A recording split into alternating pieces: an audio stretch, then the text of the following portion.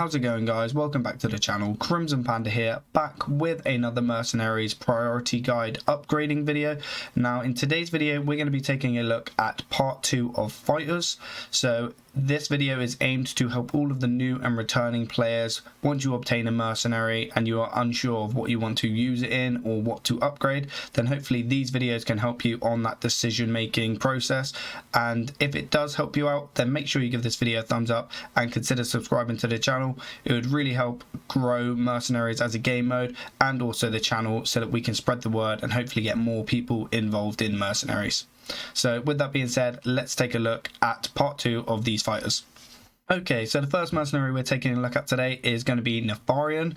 Now, Nefarian is a fantastic mercenary, sees quite a lot of play in PvP alongside Trigor. So the idea here is what you want to be upgrading the abilities first is the Dracnoid Rush. You're going to want to be upgrading this because this is the most used ability. So this would be the first one you target. As far as equipments, as you can see, I have the middle one activated or equipped, sorry. So this is going to be the priority one you would probably want to upgrade, especially in the comps that I see in play at the moment. This is the one used. If you want to use this in more of a dragon build, then definitely go for spare parts. So once your summon dies, you're going to be healing friendly dragons. And obviously if you want to go for a summon build, once the Dracnoid is going to obviously gain 8 health and divine shield, which is very good, having 20 attack and divine shield. As far as the other abilities go, these aren't used as often. You're probably just spamming Dracnoid Rush with Trigor out on the board so that you can summon dragons, get them killed off for other stuff that happens within those PvP comps. So in my opinion, you would go for ability 1, you would go for equipment 2, and then you would go for the other abilities because they are used in the matches or in the PvE sort of area, and then you go for the spare parts being the other equipment, and then you'll go for the subjects. So you obviously want all of your abilities upgraded first, but go for 1 on this and then go for number 2 on the equipments. Okay, and next up we have old Murk-Eye. So this is a Murloc. And the ability priorities you want to be doing with this mercenary is Finvasion first and foremost on the abilities. This is going to gain 5 attack, divine shield, attack an enemy, and allow your other Murlocs to attack as well. So this is his very most used ability, and it is obviously the strongest one. Being able to get 3 attacks off just with this alone is huge. And then as of the equipments, you are going to want to be doing the bubble wand. Finvasion gives +5 attack and divine shield. This just helps with his very best ability, so you definitely want to go Finvasion and bubble wand. Just having those 2 abilities ready and him at level 30, you can put him into a Murloc comp and make him playable on PvP just with those 2 being maxed out. And then obviously go for your other abilities. You want your abilities prioritized more than the other 2 equipments because you're going to be using them. There's going to be situations where you want to use abilities instead of obviously these other equipments. So in my opinion, go for number 2 after, and then Giant Fin last. And then as of the equipments, you can kind of bounce between these. It doesn't really matter too much. If you have the spare coins, that's when you do that once you've upgraded everything else, with Finvasion being priority and bubble wand being priority as well. Okay, so next up we have Rathorian. Now, unfortunately, demons are not seeing a great deal of play in PvP or PvE, but we will run through the priorities if you unlock him and you want to try and make a build. So as you can see, his abilities, he only has 1 that he can use on turn 1, and you're probably going to be using him in an opener if anything, because he, you know, he's just a solid kind of like damage output mercenary with the 12 attack. So you're going to want to go for his ability 1 first, which attack an enemy if you control another demon, deals 7 damage at random. Does a decent amount of damage. I'm sure that he can go in some sort of Mimi demon deck, but this would be the first ability you want to upgrade. And then secondly, you'd want to go for the Fell Command in my opinion, and the Soul Gem being the equipment to prioritize as well. And then you would go for the Hulking Overfiend finally, and then the other equipments after that. But like I said, this mercenary isn't seeing a great deal of play. Being able to scale up with Fell Command is nice, and then being able to deal the attack damage to a mercenary is fine, but there's obviously a lot other stuff that is better than Rathorian, and in my opinion, him being one of the OG Mercs, I think Blizzard need to revisit these older Mercs and definitely consider giving them abilities like battle cries, death rattles, or even any other sort of keyword they might want to add to the game. But as it stands, Rathorian is pretty much unplayable, but they would be the priority equipments and abilities that I would choose. Next up, we have Rexxar. Now, Rexxar has seen a decent amount of PvP action, being able to, once he was the beast buffer when Mercenaries launched and when it started coming out. Rexxar obviously works well with beasts, being able to do the Mama Bear claws whenever a beast is summoned, giving it 4/4. Worked pretty well with King Crush. Unfortunately, he's kind of dropped off the radar. He's still playable in specific comps, obviously not as strong as most of them, but the priorities I would go for here would definitely be Mama Bear's claws on the equipments, and then the animal companion, being able to choose either a taunt, a Leok that can buff your board, or a rush minion is definitely really strong. You can spam that every turn, which gives you summons. It can go into like a Sylvanas comp, which will obviously help out with the late game death rattle. So they would be the two priorities. After that, you then go for kill command and then explosive shot, and then you go for any of the other equipments. The hunting rifle was actually a new version of this equipment, where at the start of the turn, deal 10 damage to all enemies if you've summoned all 3 companions. So depending on if you want to use Rexxar for a speed increase, being a 1-speed kill command with a beast, dealing 32 damage possibly to a blue on turn 1, then obviously go for the bow secondly. Or if you want to use him because you're going to be spamming companions in a death rattle build, then definitely go for the rifle after that. But either way, you're probably still going to be running the Mama Bear's claws if you're going for a summon comp. So this is definitely the priority, and so is animal companion. Okay, next up is Rokara. So Rokara is a very difficult mercenary to upgrade. The reason being is because she is a free merc, and if you're a new player, then you are going to be using her in your comp pretty early on. So in my opinion, when it came to upgrading this for PvP, I would be going for Offensive Rally and the Helm of Inspiration, because I'm sure that most of you have seen the Leroy combo out there. Hopefully you've seen my video of it in action, and it's very fun just using these two, well, just the Offensive Rally with the Helm of Inspiration equipment on. It's a very fun comp, but because this is a free mercenary, you're going to have it straight away, so you're probably going to want to upgrade Tribal Warfare for the PvE to try and get you through some of those bounties, and obviously you're probably going to want to be going for whichever equipment is unlocked straight away. Obviously you need to get to level 30 to unlock the second one, and Task 2, which Task 2 would be fairly easy to do now anyway, so definitely go for whatever you have available at the time, especially at the start of your career in mercenaries. But once you've unlocked Offensive Rally and the Helm of Inspiration, then definitely prioritize those for the PvP element of the game. Okay, so next up we have Scabbs. Now Scabbs is a very strong mercenary in himself. He has seen play in comps because of the ability to go stealth and have really fast abilities, especially his Shadow Blade being a 2-speed, gaining 10 attack, attacking an enemy, and then gaining stealth. So that would be 26 attack, which is obviously going to be 52 to blue units, which is a massive hit. Unfortunately, it's on cooldown, so that is kind of where we're at with that. So it's coming off the bench for a late game thing, but he's seen enough play to be able to be a fairly good mercenary in my opinion. He is one of the OGs, so a battle cry would be nice, but we have to wait and see if Blizzard are going to upgrade any of these old mercenaries. So in my opinion, if you're running this for PvP, I would go for Shadow Blade, because you're going to be playing him from the bench, and the Honing Blade, obviously Honing Rod, is going to give them the extra attack and attack first before gaining stealth. So they would be my priorities if you were using it for PvP. PvE, just go kind of Tactical Strike and then Shadow Blade, just so you have a turn 1 ability instead of having to play him on the bench with the cooldown. But yeah, for PvP, definitely go Shadow Blade, Honing Rod, then go for Tactical Strike, Wicked Stab, and then any of the other 2 equipments after that, once you have the coins available and after the other ones are upgraded as well.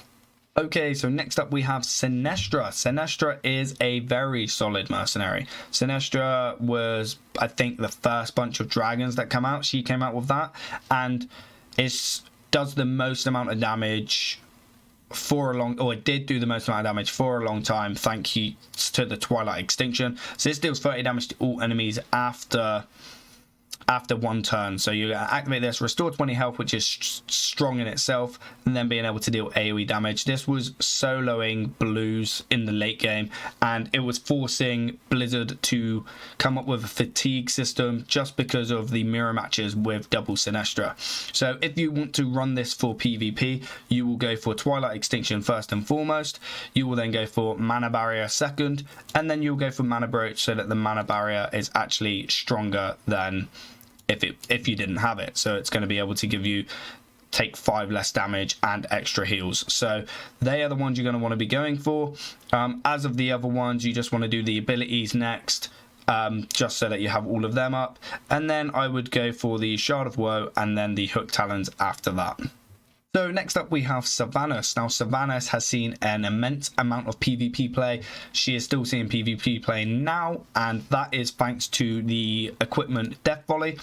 Deal damage equal to this max attack to all enemies once she dies. So the idea here is obviously to scale her up, and there's no better way to scale her up than with Reclaim Souls. Gain 5 attack for each friendly character that dies, this game. So if you're running this in a summon comp and this is on the bench, you're going to be Reclaim Souls, get to stupid attack, and then once the death happens, which you can target yourself with the Banshee Bolt, which is insane, you can then wipe out an entire board. So the priority equipment would be the Death Volley 100%, and then as of the abilities which you're going to want to start on, it would be for PvP, not anything else. You're going to want to be going for Reclaim Souls first, Banshee Bolt, and then For the Queen. So For the Queen is very strong. The reason it goes last is because there's only certain situations you want to be using this, especially if you're going up against other comps that have really high attack minions, or mercenaries. So go for Reclaim Souls, Banshee Bolt, For the Queen, and Death Volley as priorities. The other 2 are fairly useless. You never use them over the Death Volley. You don't need the extra scales, and you don't need the extra attack because you're scaling so much. It's always going to be the Death Volley for Sylvanas. Next up we have Tavish. Now Tavish saw a lot of PvP play back in the early days of Mercenaries. It's a little bit sad that he doesn't see too much play now, because he is a very unique and very solid mercenary, especially against those late game blues. The reason being is the rigged wiring. So passive plus 10 health, and your traps last until they're triggered, so they're always going to activate. The other 2 equipments are fairly useless. You're always going to want to go with rigged wiring. So if you want to use this in PvP as a rare mercenary, he is very strong. He's basically, if you haven't got Sinestra, this is the next best thing. So you want to go with Wigged Ryan, and then you're going to want to go for your Explosive Trap, because this is going to be dealing the damage, being able to deal 16. If you can stack these, so every other turn you can just Explosive Trap, and then once they hit Tavish, it's going to trigger, and then they're going to just take a massive amount of damage. After that, go for the Bear Trap. Obviously you're going to be playing it in some sort of trap build. Bouncing between these 2 would be fine, and then you go for the Aim Shot last. This is good, and if the Merc has not been damaged this turn, it deals 20. So if, say, you just shoot something with Aim Shot into a blue, you're going to be dealing 40 damage, which is okay. It's not fantastic, but it gives you that turn 1 ability if you're going to open with this. So if you're playing this as a Sinestra substitute, then definitely go for the traps first, but if not, then go for the Aim Shot if you're using this in PvE, and rigged wiring being the only equipment you're going to really want to be upgrading until you have spare coins to just max him out with the other 2 equipments. Next up we have Tirion. Now Tirion, once again, is a very good green unit. This is mainly used in buff builds, all thanks to Tyrion's equipment Ashbringer. Death Threat will give all mercs on the battlefield and bench 8/8. So if you're opening with this and it dies, you're going to be buffing your bench, which is very good for a lot of mercenaries to get obviously extra stats. So Ashbringer is the very first and probably the only equipment you're going to prioritize until your abilities are done, because the other two don't see any play at all. Ashbringer is primarily the only thing at the moment being used. As far as the abilities go, it's kind of like you want to go Divine Assault because you're going to be opening with this mercenary. So having Divine Assault, being able to attack. Death Blow, giving your character's Divine Shield, is very good if you go up against a token and you manage to kill that off on turn 1. And then Judgment of Humanity will be next. This counters a lot of comps. This obviously sets an enemy's attack to 1 and then attacks them. So if you're going up against a Trigor, for example, on turn 2, Trigor is not going to be doing a lot of damage, so that's very strong as well. And then finally, you're going to want to be going with Blessing of the Kings last. Giving a character 8/8 in Divine Shield sounds good, but unfortunately there's very little places you want to be doing this. If your Tirion manages to survive to get this off, then fair play. 4 speed, gain 8/8 Divine Shield is good, especially if you want to scale something up so it can attack, but that's very rare. So you definitely go for Divine Assault, Judgment of Humanity, and then Blessing, and Ashbringer being the priority equipment, and then the other 2 equipments once everything else is maxed out. Next up we have Tyrande. Now Tyrande is insane. She sees a lot of PvP play thanks to the arcane element of her. So getting straight into the abilities, the first one you're going to want to upgrade is Arcane Salvo.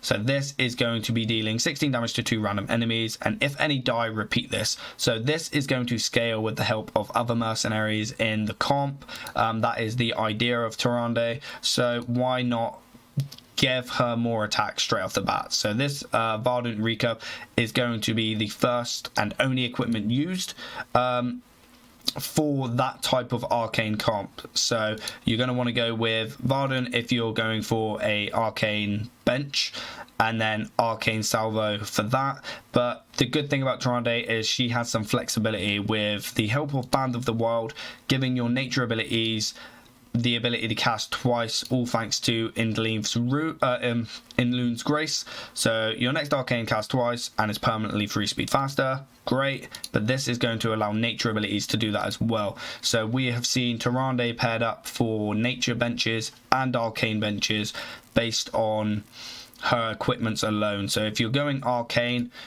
go Varden.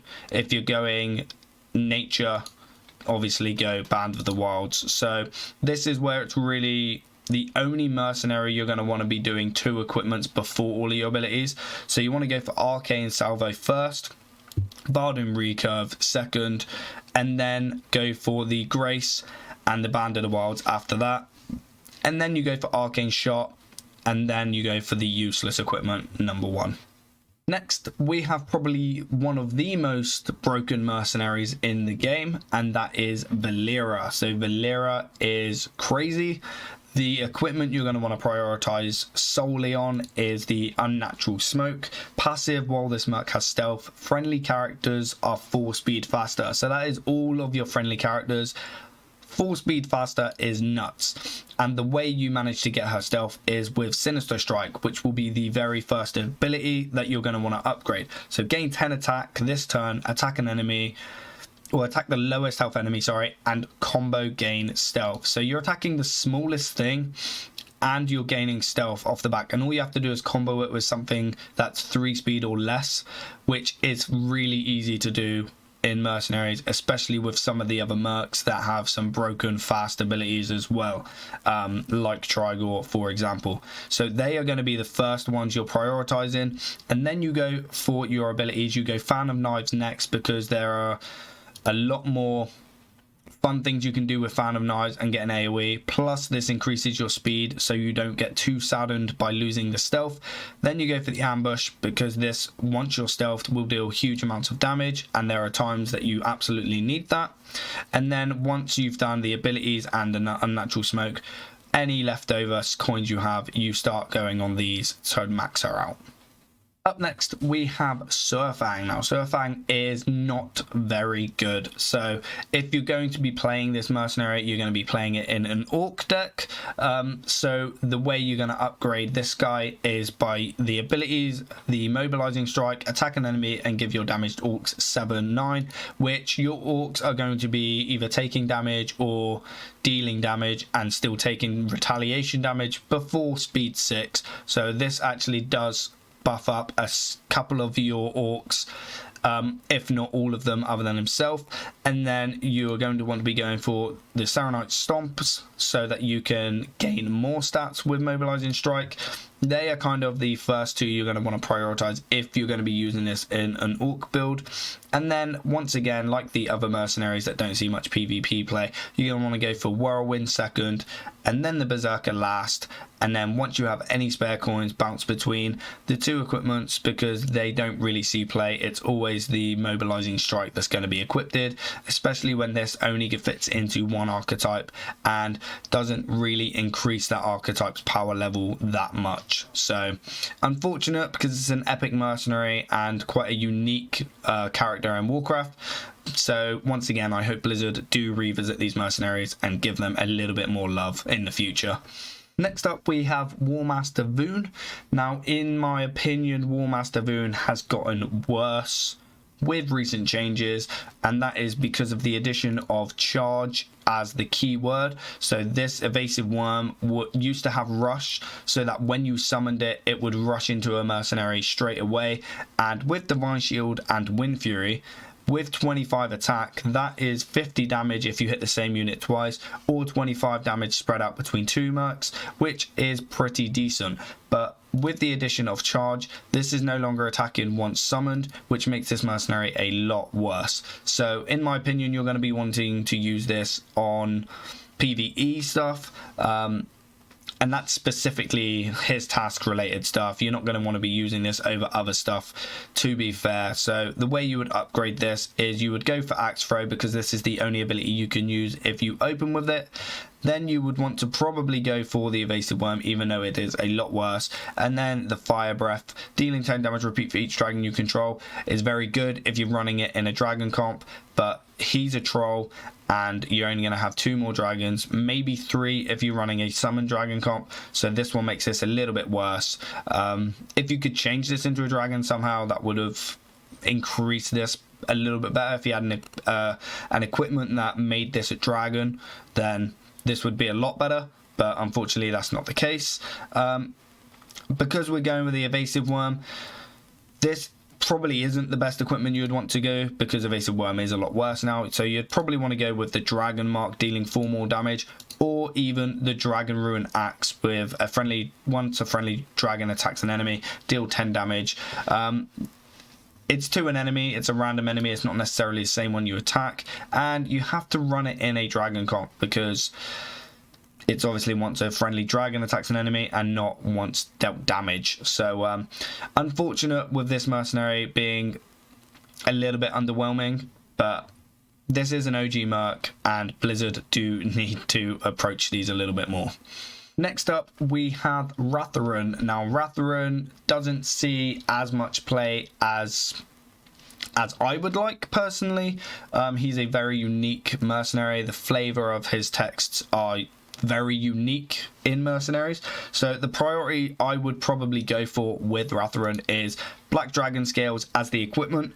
Tail Whip also applies 10 bleed, which is fantastic when it comes to dealing damage. So dealing 15 damage to an enemy and applying 10 bleed, and then dealing 5 damage to all enemies to the right and or left of it. So this is going to deal quite a lot of damage at the start of the game, which helps with the True Form ability. So become a dragon and gain health increased by the damage dealt by this Merc. Unfortunately, it's not a huge amount of damage to be able to see PvP right now, but hopefully that will change with upcoming metas. So becoming a dragon is obviously unique, being able to run him in a dragon or a human comp, depending on how you want to play him. And then he gains true into Fell Rain 5. So this is going to be dealing, I think it's 3 damage 5 times to all enemies. Because that's a Fell ability, you can run this in a Fell comp as well. So you can scale up some Fell before you true form and deal quite a lot of damage with Fell. That's why I like this one so much, is because he has the abilities to fit into a few different comps depending on what you want to be running.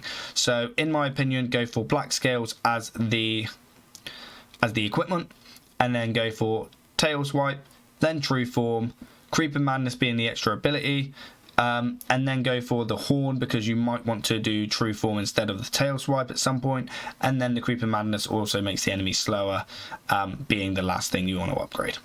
Next up is Xuen. Now Xuen is a very fun mercenary. When Xuen came out, there was some awesome combos with this guy, and that is because this was the first time we saw the ability to borrow attack from all friendly characters that made an impact on PvP, and that was thanks to Pounce. So Pounce is by far his best ability, borrowing 5 attack from all friendly characters for 2 turns and stealing 5 from a random enemy and attacking. So if you have 3 mercenaries, or maybe even more because you're running a summon comp, he is going to borrow a lot of attack. Being able to attack into a blue mercenary straight away is crazy amounts of damage, which is why we're running the Celestial Chestplate. Pounce also steals 5 attack from a random enemy, just gaining that little bit more attack. This is by far the best equipment. You don't want to use any of the others. Tiger Lightning gaining 4 additional attack. Well, Pounce just does that by stealing it from your opponent, and you are always going to pounce first and foremost because you're not going to have any attack for Tiger Lightning to do much damage. So Tiger Lightning, what that does is deals this Murk's attack damage to a random enemy. Death Blow gains 5 attack and repeats it. So very, very strong ability, especially if you target a blue unit once you're scaled up. This is going to obviously act probably twice, maybe even 3 times if you're going up against an all blue comp. So these two abilities are what you're going to want to prioritize, going with Pounce. Celestial Chestplate second. The equipment's absolutely last, the other 2. Tiger Lightning after your Pounce, and then Equalizing Strike last. You're not really ever using this ability. You're only really using Pounce, Tiger Lightning, Pounce, and then more Pounces and Tiger Lightning. So that is it for this mercenary. It's very fun. If you've got Xuen and you have like summon mercenaries, definitely try him out because he is a very strong Merc. It's a shame he doesn't see too much PvP. I reckon he could fit into PvP at the moment with all of the boggy comps and also all of the blues on your opponent's sides at the moment. So keep a lookout because I will probably be doing a video soon with Xuen being able to counter some specific blue comps. So definitely keep a lookout on the channel for that. Next up we have Yrel. Now Yrel is a holy mercenary, and unfortunately, again, this doesn't see a lot of PvP play. It's been in a couple of holy comps because the abilities are actually good. It's just holy isn't doing great. The equipment you're going to want to prioritize on this is the Light of Karaba, because this gives you passive shadow resistance, and shadow is very, very strong. There are multiple comps that use shadow, so being able to get some resistance from that is amazing. Unfortunately, 5 is not enough. Shadow scaling is out of control, and you need like at least plus 20 on this in order to make it broken. So plus 5 is okay, but not really that great, especially when most of the shadow stuff is blue and red. You're just going to be taking huge damage either way. So still the best one. If you're going for a full holy and you want to use more than one holy ability and scale, then Limb of Wisdom will definitely be next on the list after the Light, and then Hammer being absolute last. Only upgrade that once you have spare coins. As you can see, I haven't even upgraded that to the max yet because I just don't have the coins for it, and I'm not really interested in this mercenary because it doesn't see too much PvP play. But as of the abilities, you're going to want to go for Vindicator's Fury. This is insane and can do a lot of damage. Attacking an enemy, especially if there's tokens up, up, this is going to be dealing huge damage. Death Blow dealing 15 to all enemy. Being green into those blues is 30. Massive damage that is. And then you go for the Wrath of the Lightbound, deal 10 damage to all enemies, then deal 15 to all characters who have not used a holy. So there's not a lot of holy on ladder, so if you run a holy, this is going to be dealing 25 damage to all enemies, and yours will be fine because you're going to be using obviously holy abilities. So this would be the second one you want to upgrade. And then Radiant Light, last and foremost, gain 6/6 whenever another character uses a holy ability this turn, they gain 6/6. Seems very good, but with your holy characters, they're not really attacking other than this one itself, so the scaling isn't too important. You're going to be run some blue units that do holy, like Anduin and the other blue one that scales Anduin. I can't think of the name right now, but they're the ones you're going to want to be using. So definitely go for Vindicators first, the Wrath and the Light, and then the Libram and the other two after that, equipment being dead last though. And last but definitely not least is Ysera. Now Ysera is an absolutely amazing mercenary. It took me way too long to realize how powerful this mercenary was when it came out. It was probably the last of the dragons that I actually upgraded, but it is nuts. So the equipment you're going to want to prioritize is Emerald Majesty. Your Ysera Awaken also restores 15 health to this Murk. It doesn't seem like a lot of healing, and it doesn't seem like it makes a lot of impact when you're playing it, but you're going to be using Emerald Dream, which is going to give you the ability to cast 3 different abilities. One that's going to deal AoE and heal you, one that is going to scale up a mercenary's attack by 30 once maxed, and the other one that's going to summon a 25/20 dragon with rush. So very good abilities coming off this alone, which depending on your situation in the match, you have flexibility with this one ability alone. It's like 3 different abilities. And then secondly, you're going to want to upgrade Emerald Oracle. This speeds up your entire party by, I believe it's 5. So being able to speed your party up by 5 and healing, because it heals for 20 as well. You can choose something to heal, your whole party gets sped up, and then you can just do some insane amounts of fast combos even, or just damage, or destroying an enemy Merc with other units before they get to act, all because of the speed increase. Plus you have the ability to bounce back mercenaries to your bench with this, and healing them as well. So if you know it's going to die at a 5 or 6 speed ability, then you can bounce it back so that it doesn't die that turn, and then maybe you're able to resummon it, get a battle cry off possibly, and then even kill off the Merc that was going to kill it if you didn't bounce it back. So very, very solid third ability as well. The Varden Breath, not that great. It sees play in a dragon comp, dealing 12 damage to an enemy, restoring that much to a friendly dragon. The Arcane Dragon build I've just posted on YouTube is obviously a very good example of when this is used, but this would be the third ability you would work on. You would go Dream, Oracle, and then Varden Breath, with the Majesty being the priority on the equipments, and then you'd probably want to go for Dream Infusion and then Valeera's Vengeance after that as well. So that is it for part 2 of the Fighters Priority Upgrade Guide. I hope you guys have enjoyed this episode. Make sure you give this video a thumbs up and subscribe. We need more players playing Mercenaries, which will mean more people in the fighting pit, hopefully less bots, and the mercenary mode growing in itself. I hope you enjoyed this one, and I'll see you in the next video.